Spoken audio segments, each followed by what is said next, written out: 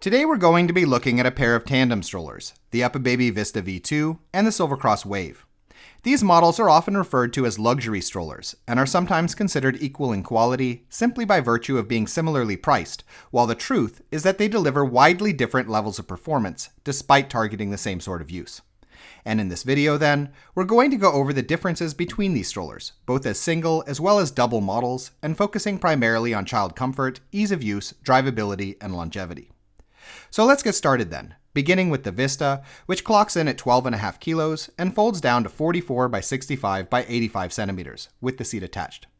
As far as child comfort is concerned, the Vista's main seat has decent proportions, with a width of 32 centimeters and a total length of 105, determined by adding up the lengths of the backboard, baseboard, leg rest, and space beneath the canopy, and which makes the model decently comfortable for most children up until 3 or 3.5 years old, before beginning to feel a bit cramped. The tandem seat is smaller, which can be somewhat inconvenient, but it's important to note that this design choice has allowed the Vista to be built shorter than usual front to back than a lot of other front-loaded tandem strollers, giving the model better maneuverability than a lot of competitors in both the single and two-child modes. And, as a one-child model, meaning ignoring the tandem function altogether, the Vista is actually one of my favorite full-size strollers on the market, for people who need a model with good storage capacity for shopping and all-day outings that's a bit more terrain capable, able to tackle gravel, cobblestones, dirt roads, and so on, which is a result of the Vista's stable, rigid chassis, excellent suspension-loaded support struts, and decent wheel size. It gets heavier to handle with two children, of course. All tandem models do. But unlike a lot of tandem strollers out there, it can at least be said that the one-child configuration does not suffer from any real sacrifices made to accommodate its expandability, and that the model has a variety of highly competitive characteristics in comparison to the wider market of strollers that are not expandable.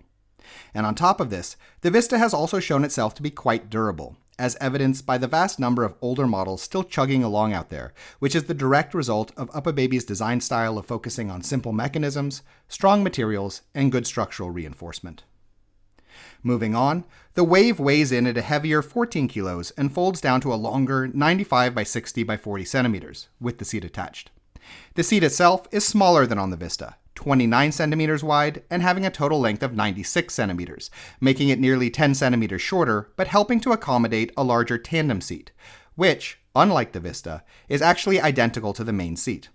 And while having two seats of equivalent length does of course have advantages for a tight age span between children, though in this situation my opinion is that one is better served with a side-by-side model, one of the major disadvantages, in addition to smaller seat size, is that the chassis must be built longer, and the Wave is actually 20 centimeters longer than the Vista, 111 centimeters front to back in comparison to the Vista's 91, while also being narrower, 60 centimeters as opposed to 65, which in combination makes for a very heavy, train-like driving experience, bad enough to make the model not at all a competitive choice as a single-child stroller, but also frustratingly heavy to steer and even worse to tip when fully decked out for two children.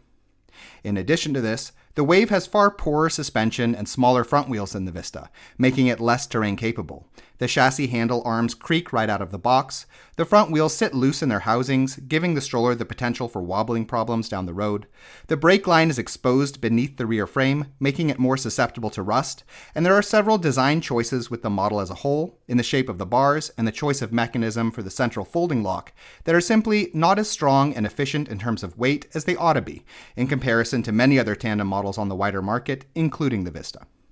Silvercross, in my experience, tends to focus quite a lot on the style details with their strollers, fashion-oriented fabrics, and lots of shiny bits, while referring to their long history of producing vintage four-wheelers to create an assumption of good mechanical performance. And while the Wave is certainly not as weak as some of their smaller models, it's definitely no Vista, being both heavier and larger, while providing less in terms of seat size, maneuverability, terrain capability, and longevity. In any case, we hope you enjoyed the video, and if you did, we ask that you subscribe, as it helps us to continue making videos in the future. If you'd like to know more about either of these models, we have standalone reviews for both of them, and links have been added in the description. In addition, if you are currently shopping for a stroller, we have a buyer's guide on our Patreon page which lists a wide range of models that we recommend, with a lot of technical and lifestyle related information. You can find that by following the link in the description as well. Thank you.